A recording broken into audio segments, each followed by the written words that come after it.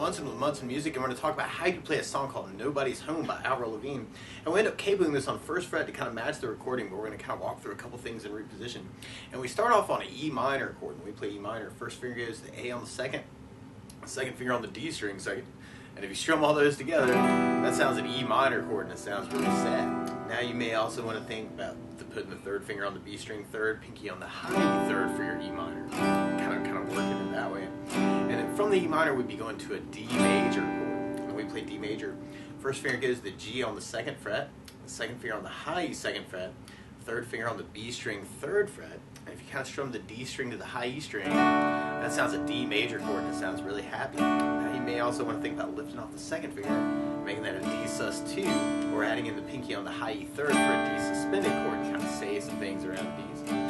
Or a couple other D options, or another D option I would really think about is working off of our next chord shape. It's a C major shape, but you could do it first finger on the B string third, second finger on the D string fourth, third finger on the A string on the fifth. And if you strum all those together, that's kind of a D add four, so I kind of dig on that. I was digging on that myself a little bit. And then from there we go to a C major chord. When we play C major, first finger goes to the B on the first, second finger on the D string second, third finger on the A string third. And if you strum the A string to the high E string, that sounds a C major chord, and it sounds really happy. Now you may also want to think about lifting off the first finger and making that a C major 7. Or you could take the pinky and kind of go to the B string for a C major 9, kind of say some things around C's. Or another voicing for C major 9, we'll be doing first on the D string second finger on the A third finger on the B third, pinky on the high E third for a C major 9.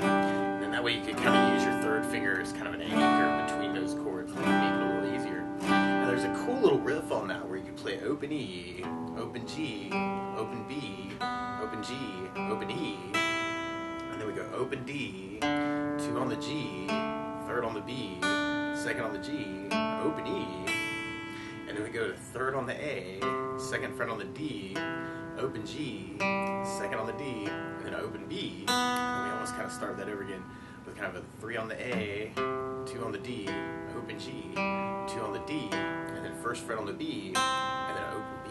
It's kind of like a little arpeggio or broken chord lick around those chords that we started with. Kind of thinking D sus2, C major 7, and then kind of that C major kind of resolving into that C major 7 kind of an idea. Now strumming wise through this song, you could kind of work kind of an 8 down count on each chord, and that can be very, very cool. I'm kind of adding in a little bit of muting with the right hand with that, but you may want to think about using that kind of 1, 2, 3, 4, 5, 6, 7, 8, E minor, D, C, C.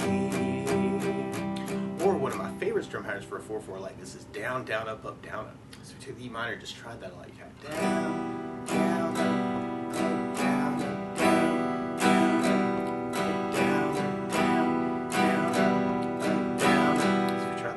our intro verse progression. We have E minor, D, C, C, E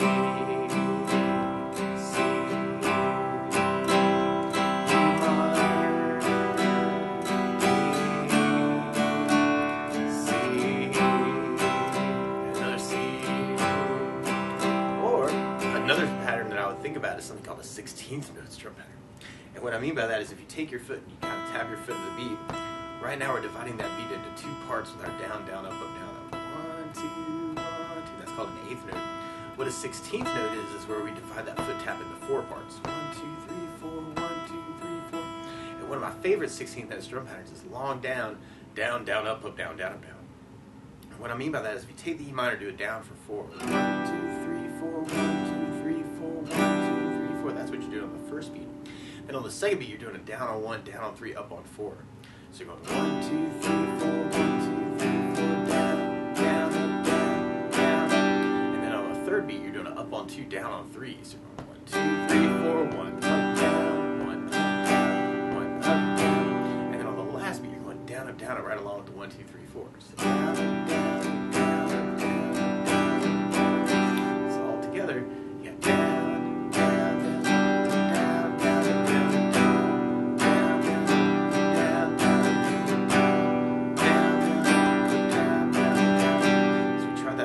Percussion, we do E minor,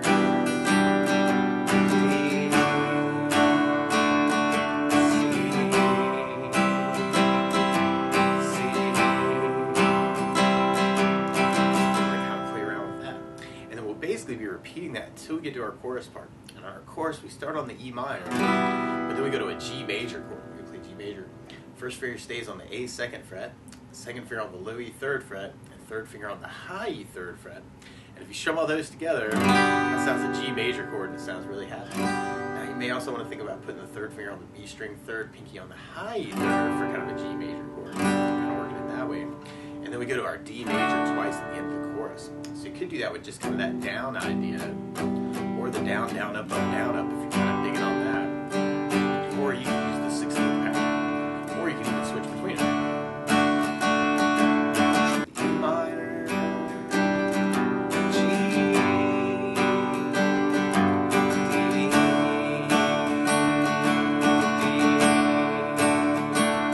minor,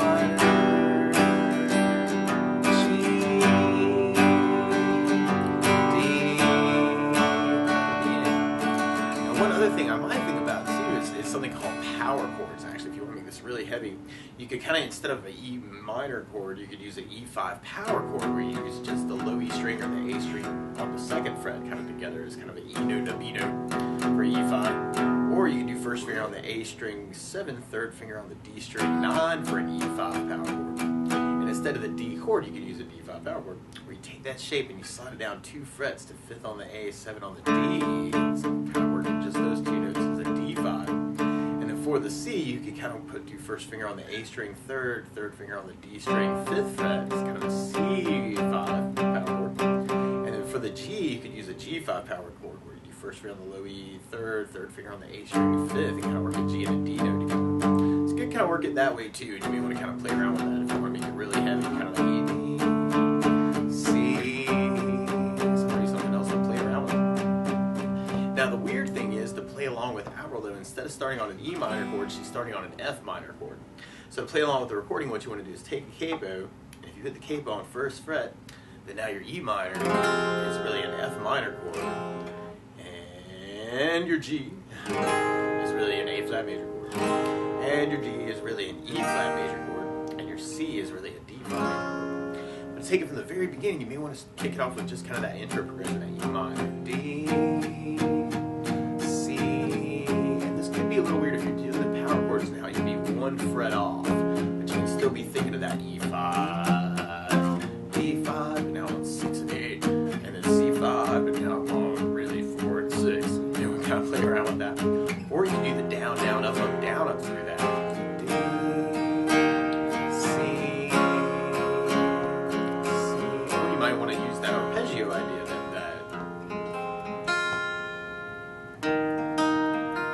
and then the C idea, and then the C idea. Or you can use the 16th idea. The choice is yours. So you can kind of play around with that. Or if you know there are licks around these chords too, you know, feel free to throw those in too.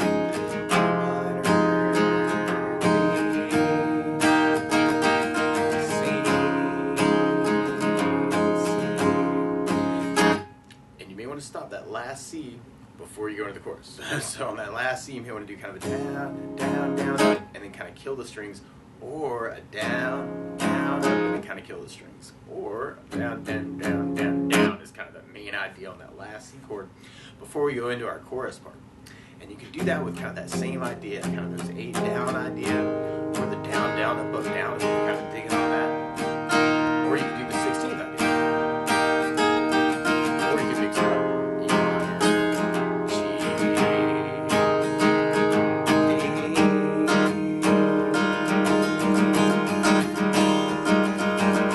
And then from there, then we'll be going back into our verse part.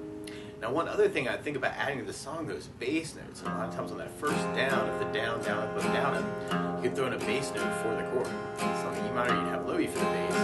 On the D, you'd have the D for the bass. And on the C, you'd have the A for the bass. And when we get to the G, you'd have the low E for the bass. So we tried adding basses with kind of the bass down, up, down through the next verse. You have the E minor, D with the D bass, C with an A bass, C with an A bass. Or if you're digging on that D add 4, you could kind of throw in the bass on the A string for the digging on that shape. That might be kind of a cool thing to play around with too.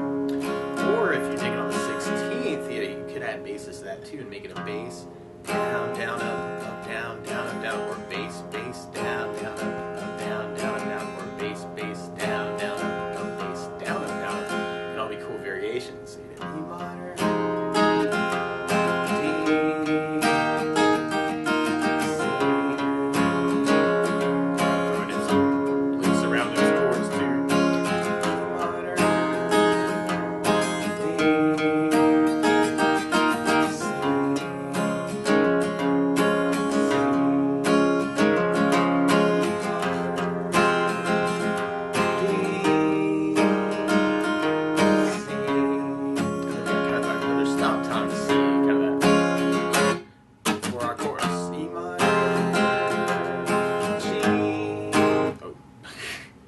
if we tried that with our chorus with our bass down, up, down, oh.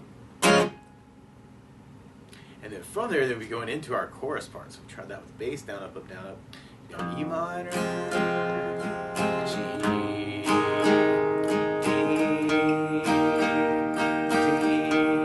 or if you're digging on the 16th, E minor, G, D,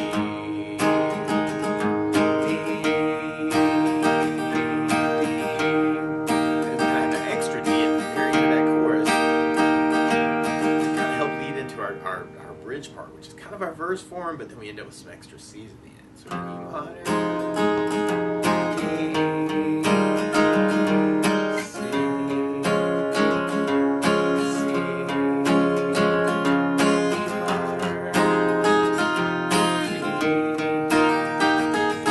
C,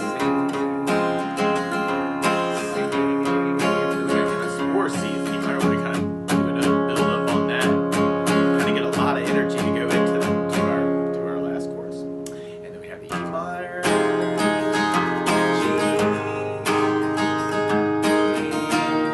you know the licks around these chords too.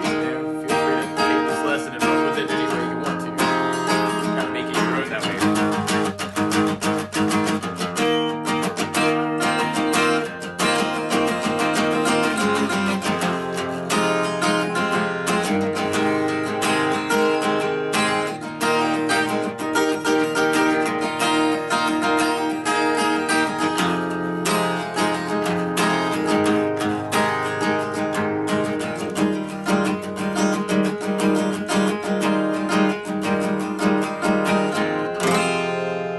That's the basics of how you can strum through Nobody's Home by Avril Lavigne. So good luck!